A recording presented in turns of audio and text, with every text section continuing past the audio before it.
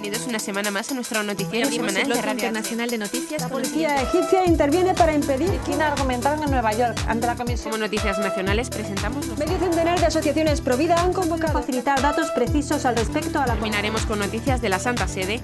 El Vaticano recoge firmas para defender a no nacidos. De la Conferencia Episcopal Italiana. Bienvenidos una semana más a nuestro noticiario semanal de Radio HM. Hoy les informamos Sonia Moset y Teresa Carrasco. La periodista de investigación y escritora Cristina Martín Jiménez lanza un libro titulado La verdad de la pandemia. ¿Quién ha sido y por qué? En este texto, la doctora en Comunicación y Periodismo, especialista en Club Bilderberg, una de las asociaciones pantalla de la masonería, afirma que el Club Bilderberg y la pandemia del COVID-19 están interconectados.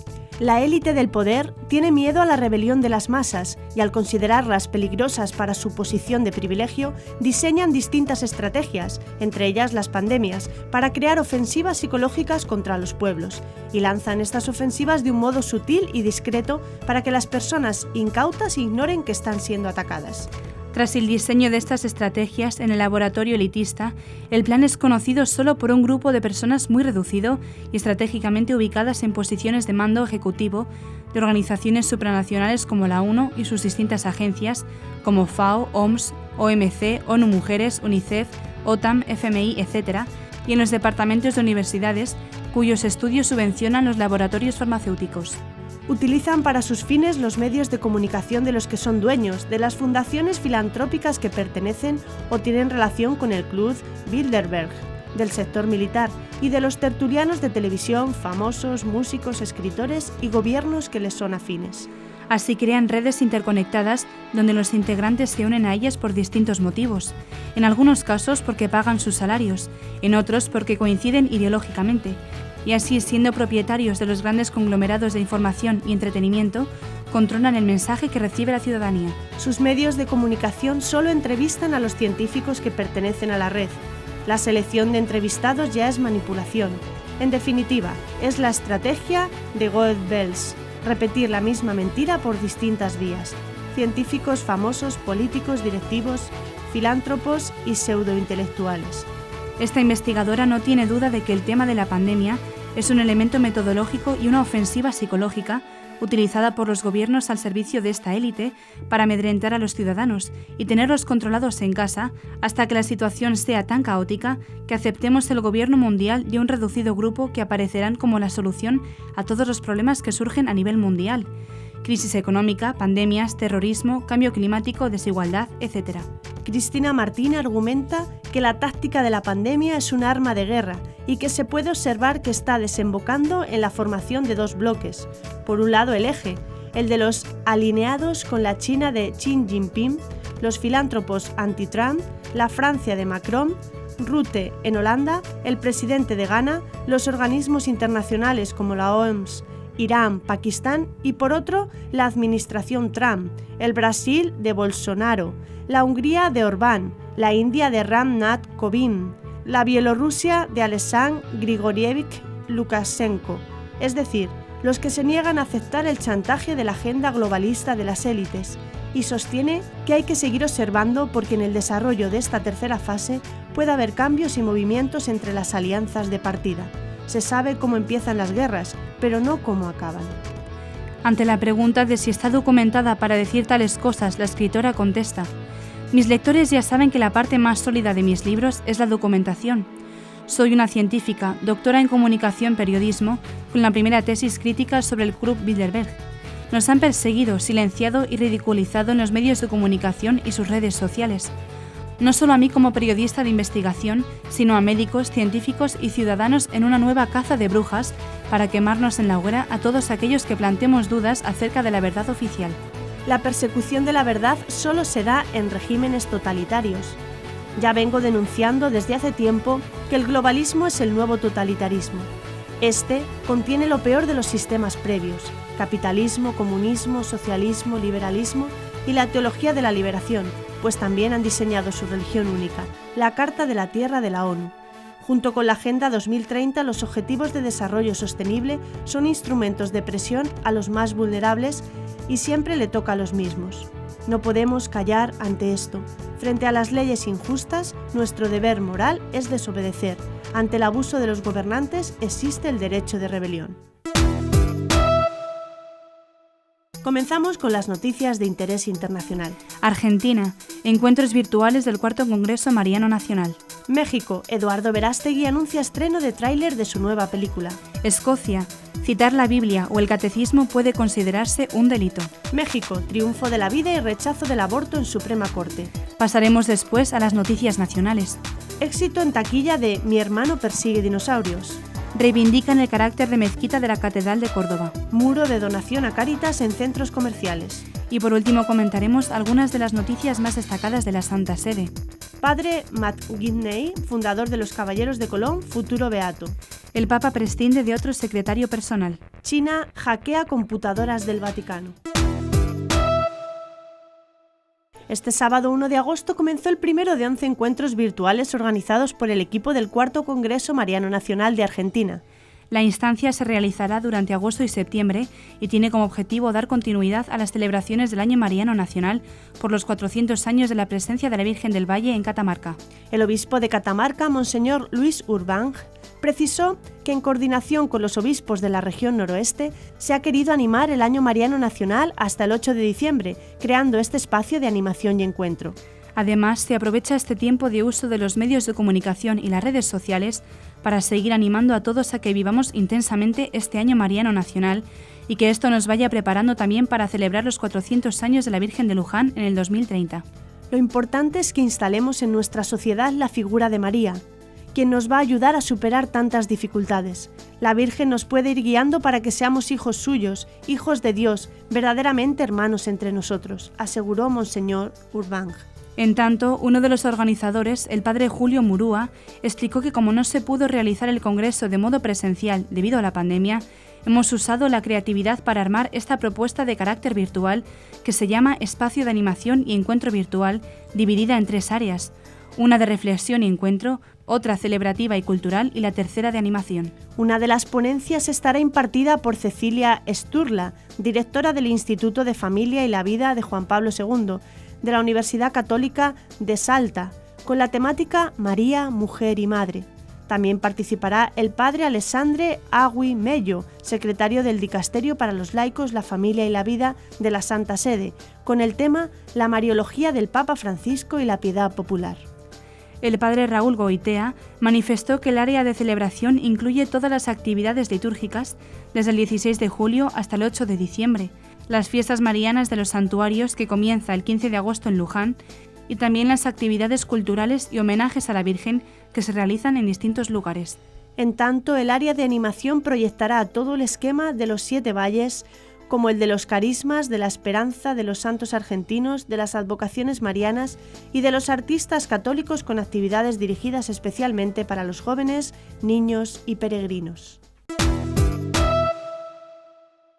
El actor y productor mexicano Eduardo Verástegui anunció ya la semana pasada el estreno del tráiler promocional de su nueva película, Sound of Freedom, que se traduce como El sonido de la libertad. El estreno tuvo lugar este jueves 30 de julio a las 12, hora de Ciudad de México, y estará disponible a través de sus redes sociales. El sonido de la libertad, producida por Verástegui a través de Santa Fe Films, incluye en su reparto al actor estadounidense Jim Caviezel, reconocido por interpretar a Jesús en La Pasión de Cristo. La película cuenta una historia real, el esfuerzo de Tim Ballard y su asociación Operation Underground Railroad para rescatar a 127 niños explotados como esclavos sexuales en Colombia.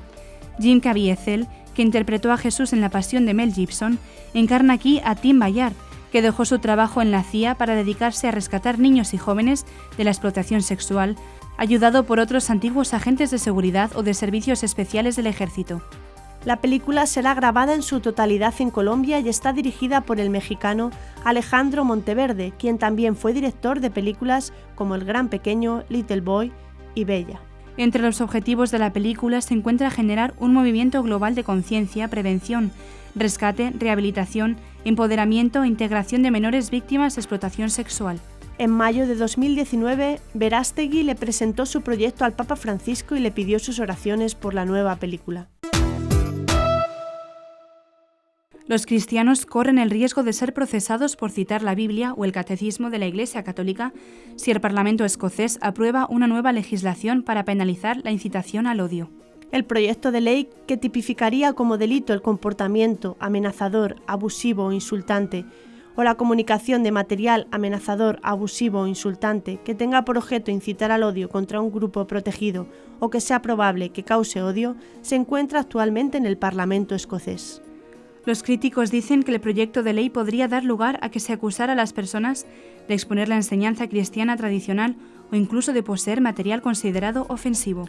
El Times Scotland informa que Anthony Horan, director de la Oficina Parlamentaria Católica, advirtió que la legislación podría consagrar en la ley el movimiento Cancelar la Cultura, movimiento progresista que intenta cancelar o censurar a personajes públicos que han hecho afirmaciones políticamente incorrectas o consideradas ofensivas. Un nuevo delito de posesión de material incendiario podría incluso hacer que la Biblia y el Catecismo de la Iglesia Católica sean considerados como material incendiario, dijo Horan. La comprensión de la Iglesia Católica sobre la persona humana, incluyendo la creencia de que el sexo y el género no son fluidos y cambiantes, podría potencialmente caer en desgracia con la nueva ley. Permitir un debate respetuoso debería significar evitar la censura y aceptar los puntos de vista divergentes y la multitud de argumentos que se dan en la sociedad. Los obispos han declarado que las disposiciones relativas a la libertad de expresión deben ser lo suficientemente sólidas como para proteger la libertad de todos para disentir. La legislación podría llevar a Escocia a convertirse en una sociedad intolerante y antiliberal, añadió Horan.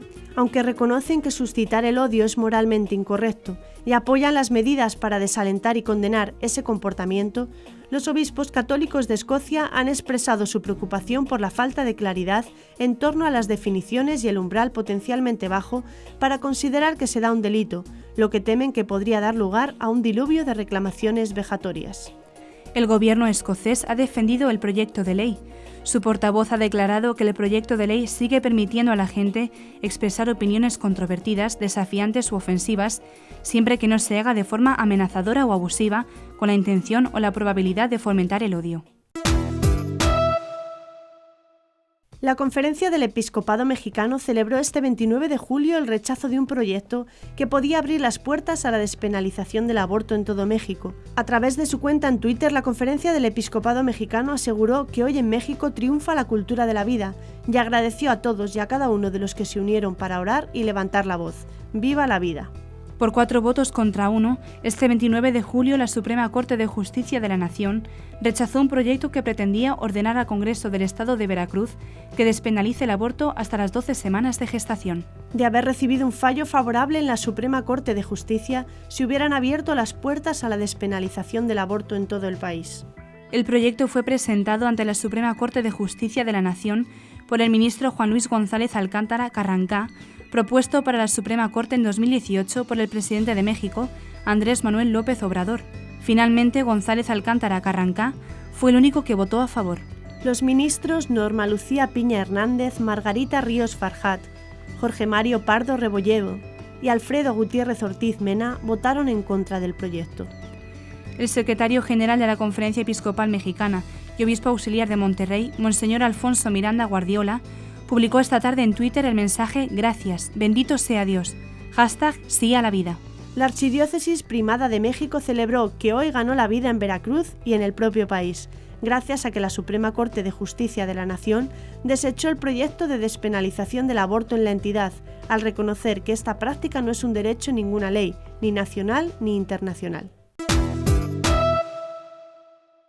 La película italo-española Mi hermano persigue dinosaurios fue una de las sorpresas de taquilla el pasado fin de semana en los cines españoles, al ser el estreno con más espectadores por cine.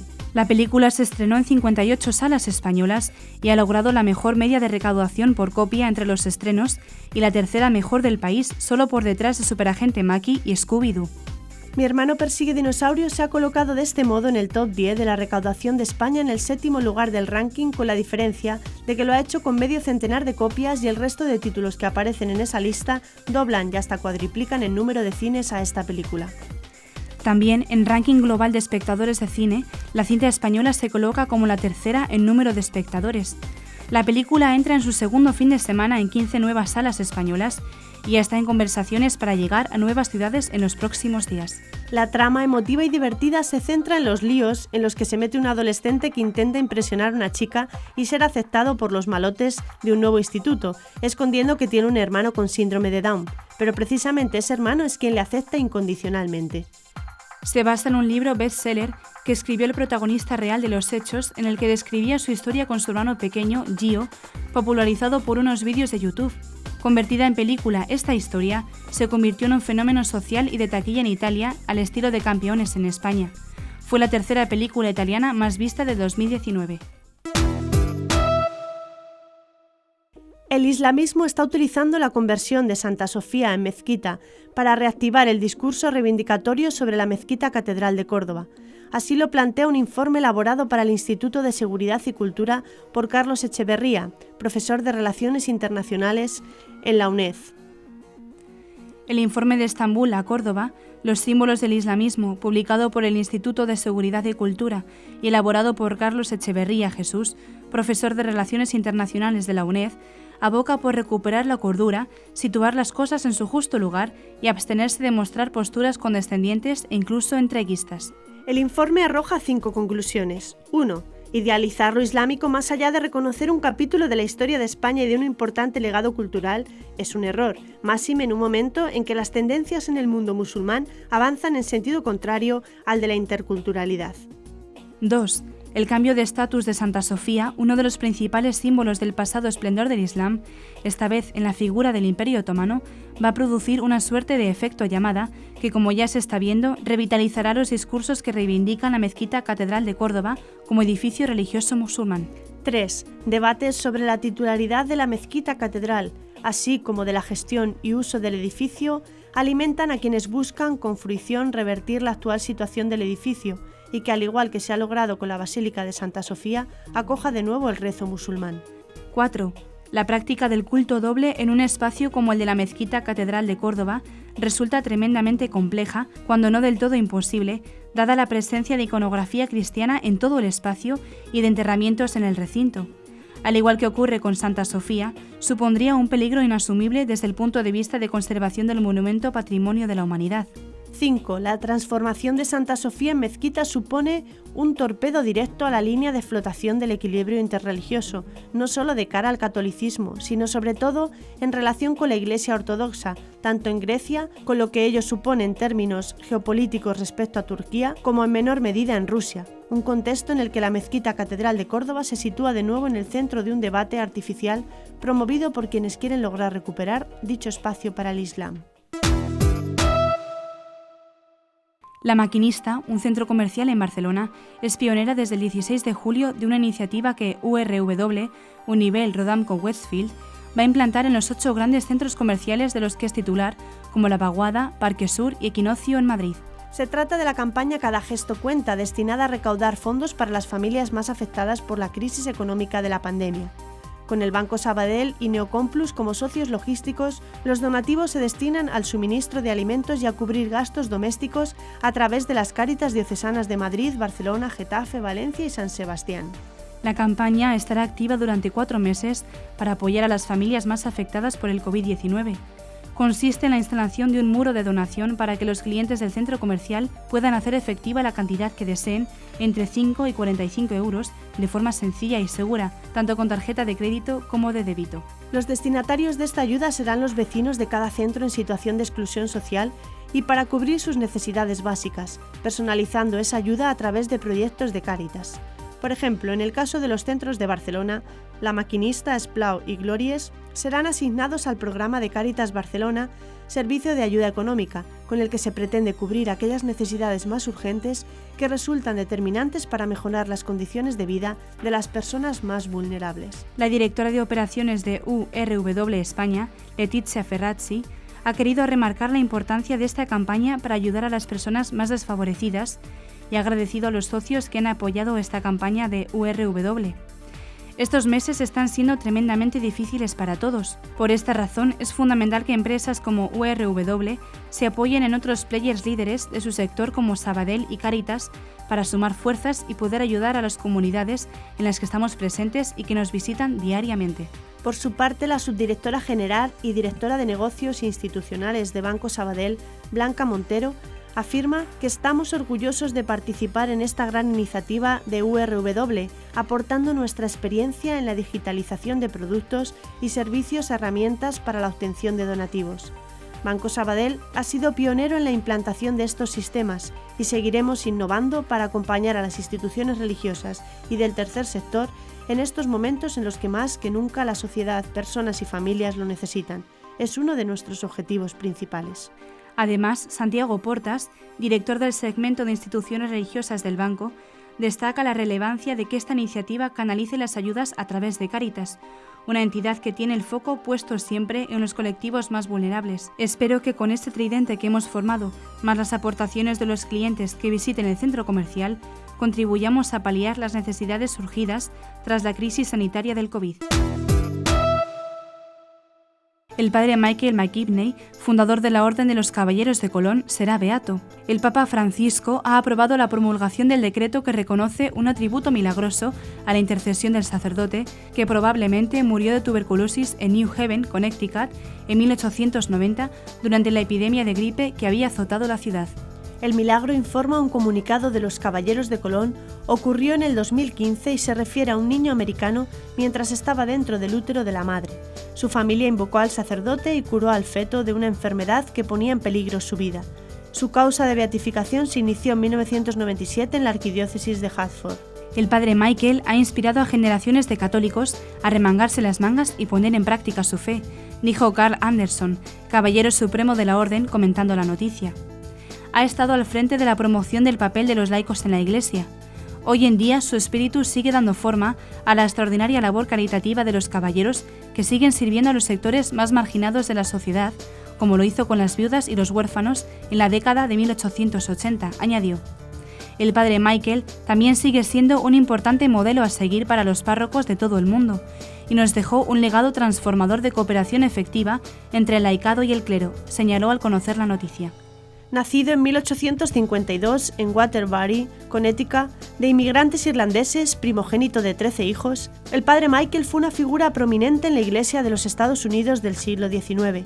Ordenado sacerdote en 1877, ejerció su ministerio en la gran comunidad irlandesa americana, primero como vicepárroco en New Haven y luego como párroco en Thomastown, no lejos de su ciudad natal, ganándose la reputación de hombre de profunda fe y buen samaritano. En 1882 fundó los Caballeros de Colón junto con un grupo de católicos laicos, fundado como una asociación para apoyar en la fe y ayudar a las familias en dificultades financieras debido a la enfermedad o muerte del jefe de familia. Hoy en día la organización está presente en todo el mundo, con más de 1,5 millones de miembros, comprometidos con la evangelización, la caridad, la promoción de la integración racial y la defensa de la libertad religiosa. Entre ellos se encuentran el cardenal William Joseph Levada, prefecto emérito de la Congregación para la Doctrina de la Fe, fallecido el año pasado, el cardenal Sean O'Malley, arzobispo de Boston y presidente fundador de la Comisión Pontificia para la Protección de los Menores. Ioannis Lassigai, primer secretario personal del Papa Francisco desde abril de 2014, dejó su cargo el 31 de julio, según informa Luis Badilla, en Segundo Sismógrafo. Los secretarios que han estado al servicio del Papa en estos últimos años han ido dejando su cargo para dedicarse a otros servicios. En este caso, el padre Ioannis, sacerdote egipcio copto católico, nació en 1975, deja la Secretaría de Estado Pontificio para regresar a su país de origen. El padre Fabián Pedacchio, que fue secretario del Papa hasta noviembre de 2019, acabó en la Congregación para los Obispos. Shoareb, otro secretario, es ahora nuncio en Corea y Mongolia. Gai continuará, según Badilla, colaborando estrechamente con el pontífice. Desde el final del pontificado de Benedicto XVI, Gai es conocido por ser la voz árabe del Papa en las catequesis oficiales. Ahora regresa a su país no solo para estar cerca de su familia, sino para seguir nuevos proyectos como la colaboración con el cardenal Ayuso, presidente del Consejo Pontificio para el Diálogo Interreligioso, del Comité Superior para el Logro de los Objetivos contenidos en el documento sobre hermandad humana.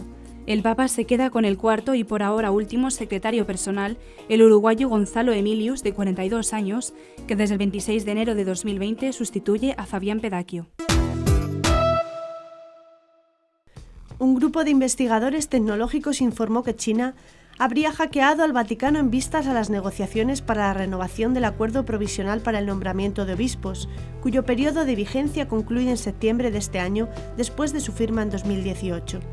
Un informe del 28 de julio indica que los hackers habrían usado un mensaje falsificado de condolencias atribuido al cardenal Pietro Parolin, secretario de Estado del Vaticano, para obtener acceso a las comunicaciones vaticanas.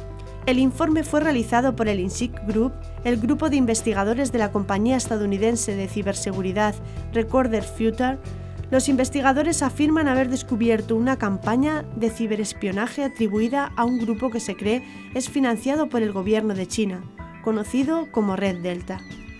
Los investigadores indican además que Red Delta ha tenido como blancos al Vaticano y a la diócesis católica de Hong Kong desde inicios de mayo. Otros objetivos católicos incluyen a la Hong Kong Study Mission para China y el Pontificio Instituto para las Misiones Extranjeras en Italia.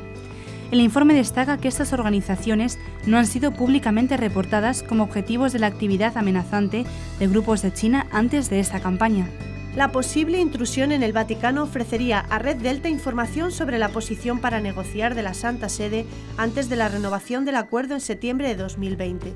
Tener como blanco a la Hong Kong Study Mission y a su diócesis católica también proporcionaría información de inteligencia valiosa para monitorear las relaciones de la diócesis con el Vaticano y su posición sobre el movimiento pro-democracia de Hong Kong, en medio de las crecientes protestas y la reciente ley de seguridad de Hong Kong, indica el informe. Hace unos días, ZDNet informó que la diócesis de Hong Kong fue blanco de operaciones de phishing de parte del gobierno chino.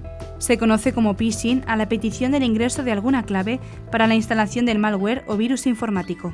De acuerdo a ZDNet, hackers asociados con el gobierno chino han atacado repetidamente a las autoridades de la diócesis de Hong Kong con documentos que parecen ser legítimos y que en realidad instalan virus o malware para dañar dispositivos móviles y computadoras. El InSight Group señala que ZDNet destacó que un mensaje de condolencias, supuestamente escrito por el cardenal Parolin el 14 de mayo, fue usado por los hackers como un documento señuelo. El documento parece una carta oficial del Vaticano dirigida al jefe de la Hong Kong Study Mission en China. No se sabe aún si los actores crearon el texto o si es un texto legítimo que fue manipulado para atacar. Dado que la carta fue directamente dirigida a este individuo, es probable que sea el objetivo de un intento de phishing. Adicionalmente, ya que este documento se obtuvo luego de algunos signos de intrusión en la red del Vaticano, es también posible que el señuelo de phishing haya sido enviado desde una cuenta comprometida del Vaticano, indicaron. Y hasta aquí nuestro informativo semanal. Esperamos que haya sido de su agrado. Recuerden que pueden seguir escuchándonos siguiendo el resto de nuestra programación en directo a través de la web www.radiohm.net. En ella podrán encontrar también distintos podcasts con los informativos anteriores y otros audios que también pueden ser de su interés. Seguiremos estos días informando de las noticias de la Iglesia y del mundo a través de nuestros breves espacios informativos que les ofrecemos todos los días, cada media hora, aquí, en Radio HM 88.7 FM y HM Televisión. Ayer, hoy y siempre, la verdad. Gracias por habernos acompañado. Les han informado Sonia Moset y Teresa Carrasco. Hasta la próxima semana.